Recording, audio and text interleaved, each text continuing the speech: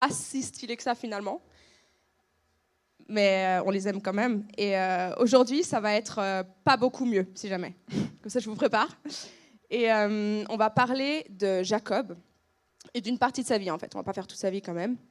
Et le thème, c'est... en fait, avant, on a chanté « En toutes circonstances, je serai comblé ». Je sais pas si vous vous rappelez. C'était vraiment il y a 1 minute. Et ce sera de ça qu'on va parler aujourd'hui. Et du coup, je voulais donner un nom ce message, parce que tout le monde fait ça. Et j'étais là, je pourrais nommer genre, qu'est-ce qui remplit ton trou en forme de Jésus en toi, ou genre, mais c'était pas ouf. Et j'étais là, ok, Jacob, l'incomblé, c'est un peu ça, mais pas ouf non plus. J'étais là, en fait, vous verrez. Juste à quoi ce que ce sera, c'est mieux comme ça. Ok, prions, vous voyez que j'en ai bien besoin. Ok. Yak. Jésus, Saint-Esprit, aide-moi. Non, je te remets cette matinée. Et je te prie vraiment que tu viennes prendre la place dans cette salle, prendre la place dans nos cœurs. Et que tu viennes donner vie à ces paroles, Jésus, vie à ta parole. Parce que sans ton Saint-Esprit, ça ne sert à rien vraiment. Et je te prie qu'on puisse être ouvert, que tu viennes ouvrir nos cœurs et nous parler aujourd'hui vraiment puissamment à chacun d'entre nous. Au nom de Jésus, Amen. Ok. Donc mon message, il se base sur Genèse 27, genre environ 27 chapitres 27, 28 jusqu'au 32. On va lire les 4 chapitres. Je rigole. Je vois qu'il y en a qui sont premier degré dans cette salle. Okay. Alors, en fait, je vais vous situer avant de commencer. Donc, en gros, pour vous situer, Jacob, il trompe son père. Oui, j'ai oublié de faire un petit disclaimer, mais en gros, c'est vraiment un enchaînement de genre tromperie, trahison, jalousie, c'est vraiment le beau topo. Donc, Jacob trompe son père pour recevoir une bénédiction qui était due à son frère. Et si jamais les bénédictions, c'était pas genre nos bénédictions du souper, enfin, c'était vraiment les trucs qui avaient énormément de valeur. Et donc, il fuit son frère qui est vénère, et au passage, il veut se trouver une femme. Et quand il arrive à destination, en gros, ce qu'il a, c'est rien. Il a genre pas d'argent, pas de famille. Il a très probablement intérieurement une pétée de blessures, parce qu'en fait, il était le mal-aimé de la famille. Enfin, son père, il préférait vraiment largement son frère. Je ne sais pas si vous avez déjà vécu ça, j'espère pas. Mais il était sûrement, il se sentait sûrement sans valeur, pas aimé, comme victime de ses circonstances. Et vide, très certainement. Et sûrement prêt à s'accrocher au moindre espoir qui puisse surgir. Et là, il arrive. Et il la voit, la plus belle femme de toutes, les amis. Rachel. Et elle a tout ce qui l'attendait. Et lui, vide de toute forme d'amour et d'affection qu'il n'avait pas eu durant toute son enfance et qu'il avait en recherche, il n'a qu'une envie et qu'un désir à ce moment-là, c'est faire tout pour la marier et pour la consommer. C'est cash, mais en fait, ce que j'ai appris en préparant ce message, c'est que au chapitre 29, verset... Alors, on commence par le 20, et ensuite je vous dis quelque chose à propos du 21. Il dit, ok, ainsi Jacob servit 7 ans pour Rachel. En gros, il sert pendant 7 années pour avoir Rachel, ce qui est énorme. Vraiment, Léna, c'est genre la moitié de ton âge, quasiment, ok? Un peu, la 3, le tiers. Oh, j'ai pas respecté. Ok, on va oublier ça tout de suite. Et c'était énorme même à l'époque. Et ils lui parurent comme quelques jours parce qu'il l'aimait. C'est quand même puissant. Et ensuite, voilà donc de quoi je voulais parler. Chapitre 20, verset 21. Puis Jacob dit à Laban, « Donne-moi ma femme car je suis allé jusqu'au bout de mon contrat et je veux m'unir à elle. » Et en fait, ce terme-là, j'ai appris qu'à l'époque, il choquait parce qu'il voulait vraiment cash dire « je veux coucher avec elle ». Et après 7 ans, c'est ça qu'il veut. Le gars, il était en full manque, quoi, vraiment. Et d'un coup, il trouve quelqu'un qui pourra le combler. Lui qui avait tellement besoin de les combler. Et qui avait tout perdu. Mais voilà, l'histoire continue. Laban, son oncle et aussi le père de Rachel, il le trompe à son tour, d'ailleurs de la même manière que lui, il a trompé son père, ce qui est plutôt ironique. Et il commence une aventure désastreuse où en gros, il marie Rachel et Léa, 2 sœurs qui vont être en combat constant pour avoir son amour à lui, parce qu'elle croit que c'est de là d'où vient sa valeur, et lui, il va genre poursuivre sa carrière, enfin, comme on dit, mais en mode profitant de ses femmes. Et ensuite, il va finalement tromper à nouveau Laban et fuir pour retourner d'où il est venu, avec rien, toujours aussi vide qu'au début. Ça vend pas du rêve. Mais tu sais pourquoi ? Parce que ces actions, elles étaient dirigées par le besoin d'être comblées par ses propres forces, intérieurement. Et un pas après l'autre, il s'est enfoncé là-dedans. Alors même qu'il avait Dieu avec lui. Et beaucoup d'entre nous, si on ne fait pas attention, on peut tomber dans le même piège. Genre partout en dehors de ces murs, le monde, il recherche tellement d'amour, tellement de sexe, enfin, c'est une évidence. Parce que l'humain seul, il n'est pas comblé, c'est vrai. Il est brisé pour des tas de bonnes raisons. Et il recherche désespérément à trouver quelque chose qui pourra vraiment le satisfaire. Et vraiment remplir ce vide qu'il y a en lui. Et lui donner du plaisir. Et il y a une image que certains d'entre vous connaissent sûrement, c'est un peu bateau, mais franchement, je crois que ça m'a accompagnée un peu toute ma vie. C'est celle du jeu, là, où il y a des trous, tu dois mettre le carré, voilà, carré dans carré, triangle des triangles. Et en gros, en nous, on a un trou en forme de Jésus, ou genre de croix. Enfin, j'ai essayé de faire un montage avec une croix, mais vraiment, c'était lamentable. Du coup, vous allez vous contenter de ça, merci. Et on a un trou en forme de Jésus qui peut être comblé que par lui, vraiment. Et vous allez me dire, ouais Gaëlle, j'ai déjà entendu cette image, merci, j'ai compris. Ok, mais est-ce que tu le vis vraiment ? Parce que moi, ça c'est un truc que je ne comprends pas. Il y a tellement de choses qu'on sait qu'on ne vit pas. Mais on attend quoi pour le... Enfin, je sais pas. Qu'est-ce qu'il nous faut encore pour vraiment le vivre ? Genre, c'est quoi, toi, ce truc que tu essaies de remplir par-dessus déjà Jésus qui est rempli dans son cœur, si tu l'as déjà accepté, et que tu essaies d'enfiler encore en toi. Genre, beaucoup d'entre nous, on croit que c'est ce moment où on a donné notre vie à Jésus, et du coup, cette question, elle est réglée, le trou, il est rempli, et pourtant, on passe nos vies à continuer d'essayer de le bourriner avec d'autres trucs. C'est quoi ces choses dont tu crois que tu as besoin ? Ça peut être, on va aller classique, ta copine, ou ton mari, ou la recherche de l'un ou de l'autre. Ça peut être, je sais pas, la musique, bien sûr, la nourriture, genre avoir besoin du café plus que Jésus le matin. Oups. Ça peut être avoir constamment besoin d'avoir la parole dans un groupe, d'avoir l'attention des autres dans un groupe. Ou au contraire, avoir besoin de se retirer tout le temps et qu'on vienne nous chercher. Ça peut être avoir besoin de tout le temps étaler sa colère et faire tout ressortir et l'étaler aux yeux des autres, de se plaindre constamment. Besoin que les autres, ils aient toujours les bons mots avec moi, sinon je me vénère.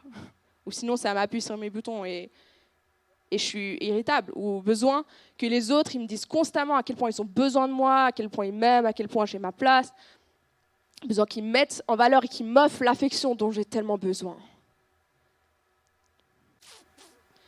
Besoin qu'ils prouvent que je peux avoir leur confiance, sinon je ne l'accorde pas. Ou besoin qu'ils méritent mon pardon avant que je l'offre. Je peux y aller encore, mais plus on sort des clichés un peu, plus ça fait mal.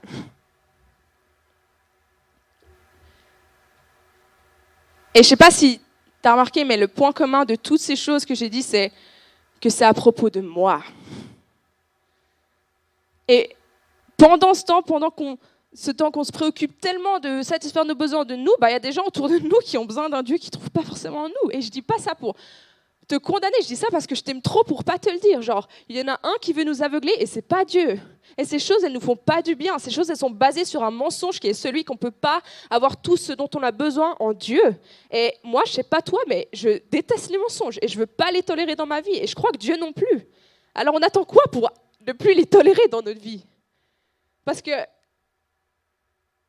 nous, on attend des fois qu'il y ait une révélation divine qui nous transforme du jour au lendemain, mais en attendant, la Bible, elle dit que c'est la vérité qui nous rend libres. Elle dit « crois seulement déjà ». Et c'est quoi Cette vérité, c'est que Jésus, il est venu vivre les mêmes souffrances, les mêmes injustices que Jacob et que toi dans ta vie. Et pourtant, il n'est pas tombé dans le même piège. Et il est mort pour nous libérer de nos péchés, que vous avez entendu, mais il est aussi mort pour nous combler entièrement en nous et de satisfaire ce besoin qu'il y a en nous. Éphésiens 3,19 dit « Afin que vous soyez remplis de toute la plénitude de Dieu ». C'est énorme, la plénitude de Dieu. Vous vous rendez compte de ce que ça veut dire ? Et Philippiens 4,19 « Et mon Dieu pourvoira à tous vos besoins conformément à sa richesse avec gloire en Jésus-Christ ». C'est marqué « Mon Dieu pourvoira à combien de besoins ? 1, 2, peut-être le 3e. Non, c'est marqué « tous vos besoins ».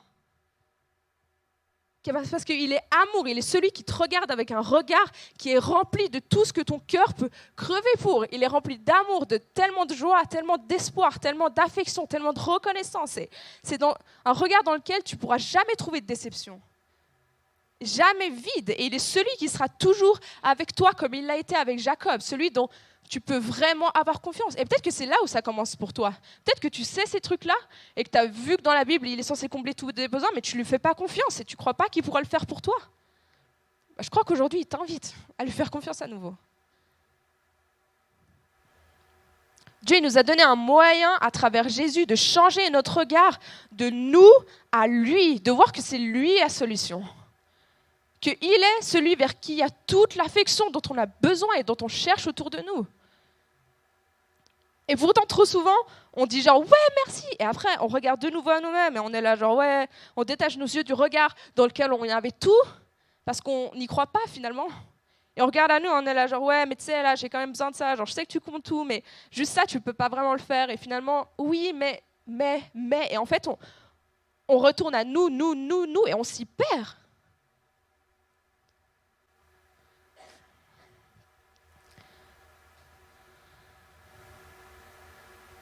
Je crois que l'erreur de Jacob, c'était d'avoir cru que sa vie, elle était encore à propos de satisfaire ses propres besoins. C'est d'avoir oublié qu'il avait déjà tout alors qu'il n'avait rien.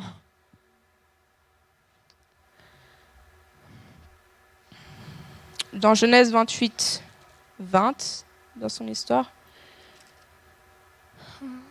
il fait ce vœu, il dit « Si Dieu est avec moi et me regarde pendant mon voyage, s'il me donne du pain à manger et des habits à mettre, et si je reviens dans la paix chez mon Père, alors l'Éternel sera mon Dieu. » Genre, ok, si j'ai la preuve de toutes ces choses, alors vraiment, je peux te faire confiance.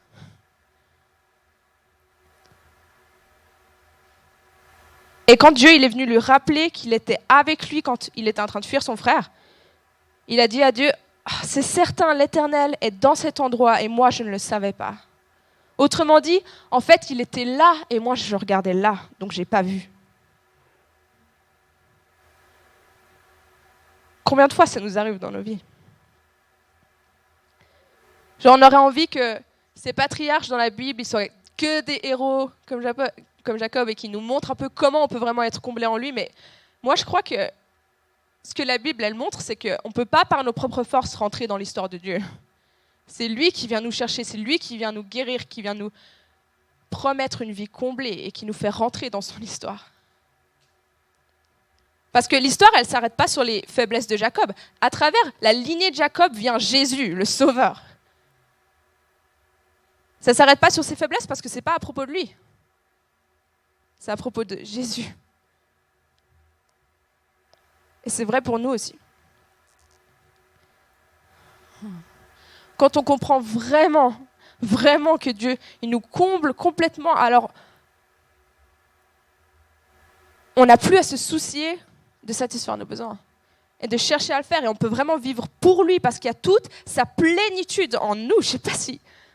moi, ça me fait... À chaque fois que je prêche, j'ai l'impression que je dis péter la cervelle, mais c'est vrai. Ça me fait vraiment un déclic, quoi, je sais pas.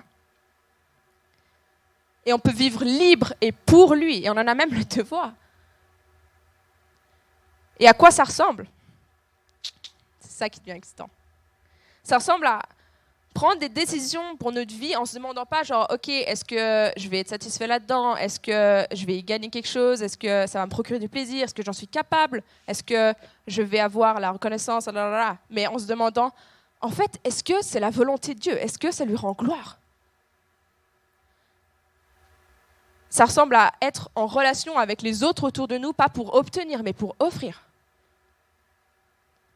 Ça ressemble à se mettre à genoux devant Dieu et être là, mais Jésus vient combler ce trou qui est en moi, viens me remplir. Et à croire qu'il va le faire. Simplement parce que la Bible, elle le dit. Ça ressemble à reconnaître les mensonges qui se trouvent sous ces faux besoins un peu et les remettre aux pieds de Jésus et recevoir sa vérité chaque jour, chaque instant. Et si pour toi, c'est genre de voir les autres et d'être là, oh, mais si cette personne, elle est tellement aimée, elle est tellement intégrée, elle a tellement tout ce que je veux, si seulement je pouvais avoir ça, si seulement les autres ils pouvaient me traiter comment ils la traitent elle, ce qui était honnêtement mon cas pendant beaucoup d'années de ma vie, eh ben peut-être que Jésus, il va être là, non, ta valeur, elle est en moi, et en fait, je t'aime comme jamais personne pourra t'aimer. Et ensuite, prendre cette vérité, recevoir cette vérité et agir à partir de ça, et non pas du mensonge. C'est-à-dire que tu ne te refermes pas sur toi, mais tu vas remercier Dieu pour qui tu es, pour qui cette personne elle est, et tu vas l'aimer. Et tu pratiques ça jour après jour, j'ai dû le faire. Vraiment, c'est mon témoignage. Parce que c'est lui qui t'en donne la force. Mais c'est ça, vivre comblé en lui aussi. Ça ressemble, si tu as tendance, toi, plutôt à être offensé par ce que les autres y disent, et que tu as besoin qu'ils se comportent d'une certaine manière, qu'ils parlent mieux, qu'ils soient des meilleurs colocataires, j'en sais rien, des fois on est offensé pour un peu tout, je remarque. Mais... Et ben peut-être que Dieu va être là. En fait, le mensonge dessous, c'est que tu crois que ton humeur, elle dépend des autres, ou des circonstances. Alors que, peut-être qu'il te dira que, en fait, ça dépend de ma joie qui est inconditionnelle. Et que je te la donne. Et du coup, tes réactions se transforment en réellement patience, douceur au lieu de colère. Ça ressemble à ça ressemble à choisir d'enlever ces trucs qu'on essaye de remplir par-dessus Jésus, j'en sais rien, et croire vraiment qu'il est tout, comme on l'a chanté avant.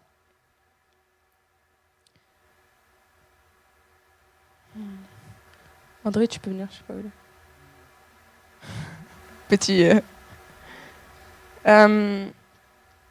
Et je dis pas ça pour qu'on soit tous maintenant des robots indifférents et qui communiquent pas et qui ont pas d'émotion. Genre, je crois vraiment que parfois on manque de solidité et de radicalité.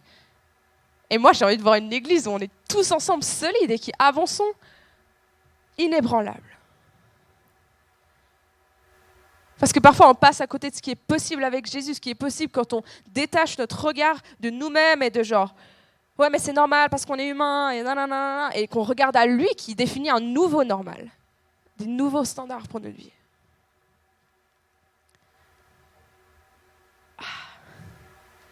Et je crois qu'il nous y invite aujourd'hui.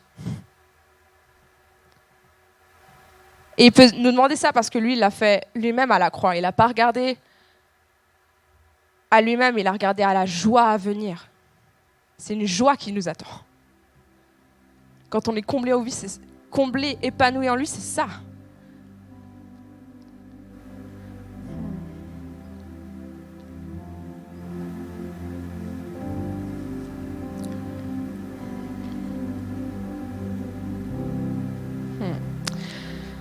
Moi-même, j'ai fait face à ça en préparant ce message, pour être honnête. Genre, je ressentais le besoin d'avoir la garantie que tout ce que je dis, c'est exactement ce qu'il faut dire, que genre, ce sera parfait, que ça va faire l'effet escompté, que je ressente que c'est bien. Et comme ça, je peux être à l'aise. Sinon, je peux pas être à l'aise avec ça. Sinon, je peux pas lui faire confiance à Dieu. Et besoin d'avoir du plaisir dans le processus au max, c'est vraiment de genre surfer sur la vague, quoi. Sauf que j'avais pas cette impression. Et du coup, j'étais là, oh, besoin de fuir. Parce que j'avais l'impression que le contenu était mauvais. Et en fait, Dieu il m'a rappelé que le mensonge là-dessous, c'est de croire que ça dépend de mes forces si le message est bien ou pas. De croire que ma valeur, elle est là-dedans. De croire qu'il peut s'arrêter à mes faiblesses. Et que je ne dois pas décevoir les gens. Et aussi celui que je vis pour moi alors que ce n'est pas le cas. Genre, j'ai pas envie de faire ça pour moi, j'ai envie de faire ça pour lui. Et je vis pas pour ma propre réputation, mais pour la sienne. Et il la garde très bien. Et ma part, c'est de me mettre à disposition, c'est tout. Et il m'a rappelé que là-dedans, je ne suis pas seule, qu'il est avec moi, comme il était avec Jacob. Qu'on fait ça ensemble. L'histoire, elle ne s'arrête pas à mes faiblesses, parce qu'en lui, j'ai vraiment tout ce qu'il me faut.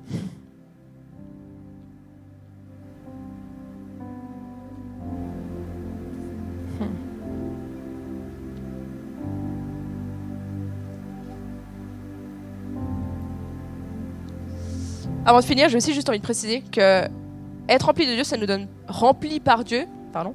Ça nous donne pas non plus genre une excuse pour pas faire la place des autres dans notre vie ou nos amis et nos moteurs, genre ou à leur remise en question ou confrontation. Enfin, allez pas leur dire genre j'ai besoin que de Dieu, pas de toi, pas de vous. Genre ça c'est de l'orgueil, mais on en parlera une autre fois. Je veux juste que ça soit clair. Ok. Mon invitation pour toi aujourd'hui et pour le reste de ta vie, c'est de te demander et d'inviter le Saint-Esprit à te dire « Ok, quel besoin j'ai que je ne compte pas en Jésus, réellement ?» Et de prendre un moment pour remettre ça à Dieu, lui demander ce que ça veut dire vraiment dans ta vie, de vivre, être comblé en lui, là-dedans. Et d'écouter sa réponse, de plonger tes yeux dans son regard et tout ce qu'il y a dedans pour toi. Et lui demander comment il t'invite à le vivre aujourd'hui, demain, le reste de ta vie. Et comme on le dit souvent, si c'est la première fois que tu entends ce message et que tu aimerais laisser la place à Jésus dans ta vie et qu'il soit Seigneur de ta vie, tu peux venir nous parler. On a trop envie de prier pour toi, Cédric, moi, d'autres. Manque pas l'occasion, ça vaut trop la peine.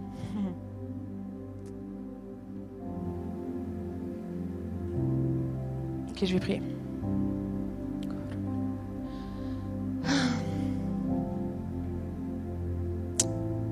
Jésus, je te remets nos vies. Je te remets ces vérités qu'on sait et qu'on ne vit pas. Et je te prie qu'aujourd'hui, tu viennes nous montrer comment les vivre à nouveau ou pour la première fois. Parce qu'il n'y a que ton Saint-Esprit qui peut faire ça. On dépend de toi et c'est aussi ça, être comblé en toi. C'est pas par nos forces, par tes forces. Et je te prie que tu viennes nous prendre avec toi aujourd'hui et vraiment nous révéler, nous montrer c'est quoi nos désillusions, par quoi on est aveuglé. Et c'est quoi que tu veux nous donner aujourd'hui et de quoi on peut se remplir chaque jour de nos vies.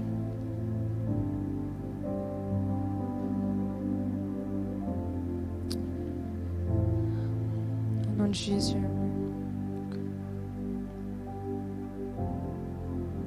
Je vous laisse avec Jésus et si jamais on va continuer d'être à l'écoute du Saint-Esprit, du coup il y a moyen qu'on revienne, vous verrez un peu, mais passez ce temps avec Dieu.